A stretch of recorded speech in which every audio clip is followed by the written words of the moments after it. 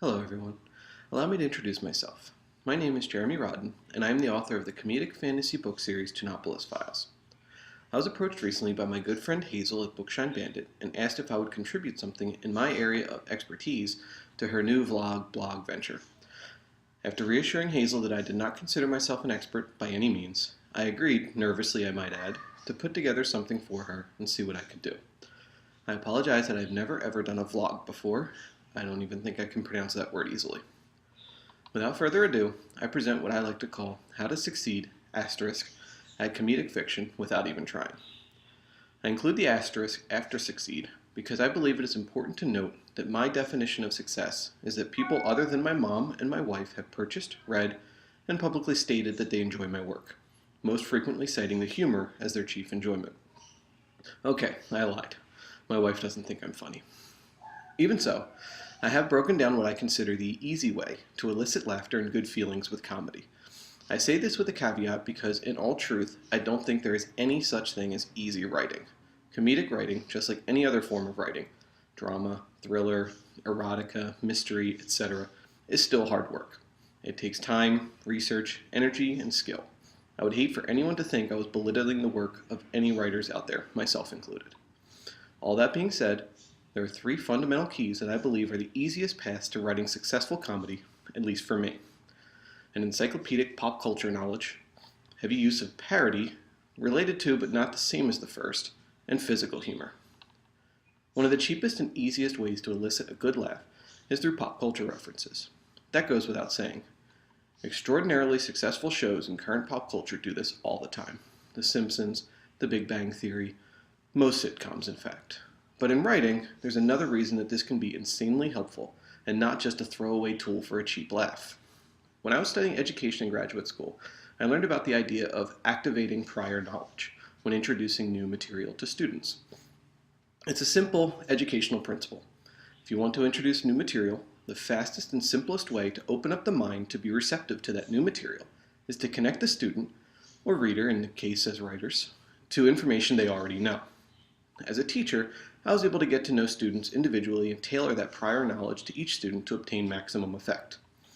This is not the case for any writer, comedic or otherwise. We have no idea what our readers have already been exposed to prior to picking up our material. Pop culture references serve as a gigantic bag of increased likelihood that what we are writing may be relatable and accessible to the highest percentage of people. In my case, my Tonopolis books are set in a cartoon universe, so it's safe for me to assume anyone already interested in the concept is familiar with cartoons. So the bulk of my pop culture references are in that realm, or closely tied realms such as video games, comics, and fantasy. But other writers can do this as well. An erotica writer referencing John Holmes or Jenna Jameson is attempting to activate his or her reader's specific prior knowledge.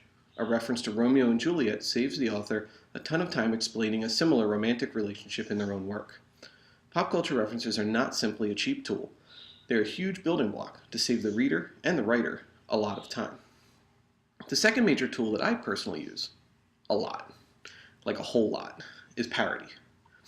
It's important to distinguish between parody and satire to begin. Satire is the college-educated big brother to parody. It points out flaws in societal norms, ideally in a hope to raise awareness and change these norms. Satire can be subtle and intellectual, such as old writings by Jonathan Swift or Alexander Pope, or it can be blunt and in your face, like Trey Parker and Matt Stone of South Park fame. Parody, on the other hand, makes fun of things solely for the sake of making fun of them. Often, however, in reverence and homage to the original works. Mel Brooks of Robin Hood Men in Tights and Spaceballs fame is a great example of a parodist who focuses on specific and focused parody. His movies typically parody a singular work or a singular story. I personally write more genre parody, each section of my cartoon universe being a genre-based homage to a specific form of cartoon or entertainment, such as anime, role-playing games, etc. A good example of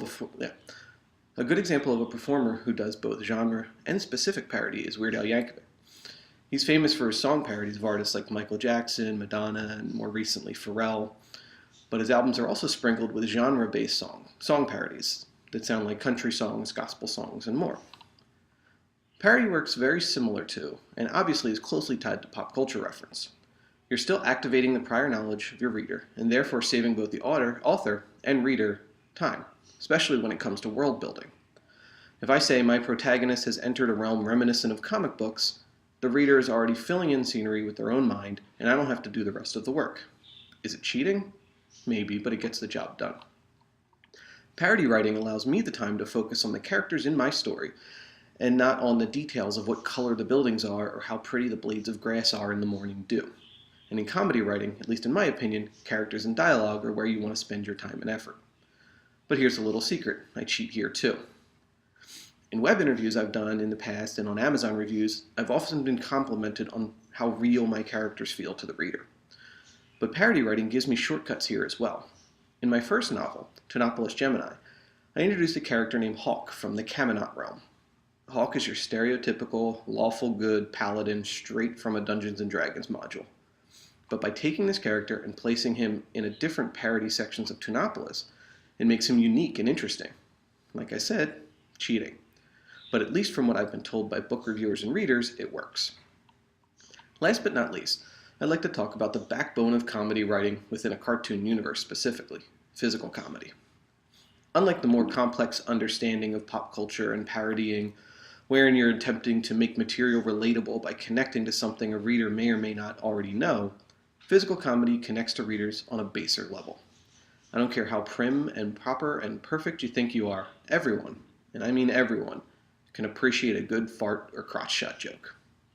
There's a reason America's Funniest Home Videos should be called America's Funniest Shots in the Nuts, to quote Scott Cann's character from Varsity Blues. Think about how memorable physical humor can be. The never-ending pee joke in the beginning of the first Austin Power movies, a great spy parody series. Or the character introducing pee joke from A League of Their Own when Tom Hanks' character finally appears, only to impress a second-counting Madonna with his never-ending stream.